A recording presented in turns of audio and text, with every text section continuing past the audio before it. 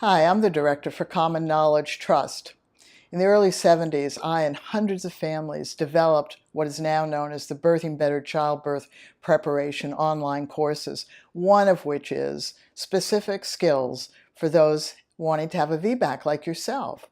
And what did we learn in the 70s when it was really hard to get anybody to support us at all to have a vaginal birth after a cesarean? We could change where we birthed, with whom, we could try to have choices, and in the end, none of that mattered. What mattered was the skills that we had or lacked. And what were the skills we needed? Well, first we needed to prepare our body for birth. Anytime from 24 weeks onward, the sooner the better.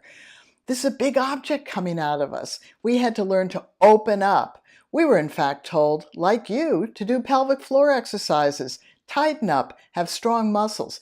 As woman to woman, this is absolute nonsense. We need to soften up, open up, be mobile, be pliable, create space. So the Birthing Better skills help you do that. And your partner can feel them. We share the same human body. So we create space in our pelvis. We learn to soften inside the pelvis so that we can help our cervix dilate. We learn to prepare our baby's birth canal, not perineal massage. That's only just the little last part of the opening and not the 3 inches inside that we need to work with and create soft and pliable connective tissue and muscles.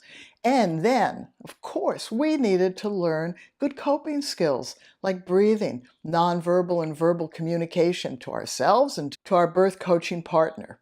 And we needed a very effective form of touch that would help us and cue us to soften inside.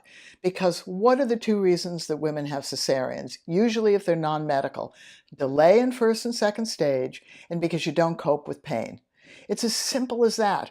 Once we learn the skills to open our body for our baby and to cope and manage with the intense pain of cervical dilation, we were much more likely to have a vaginal birth after a cesarean, hands down, without exception.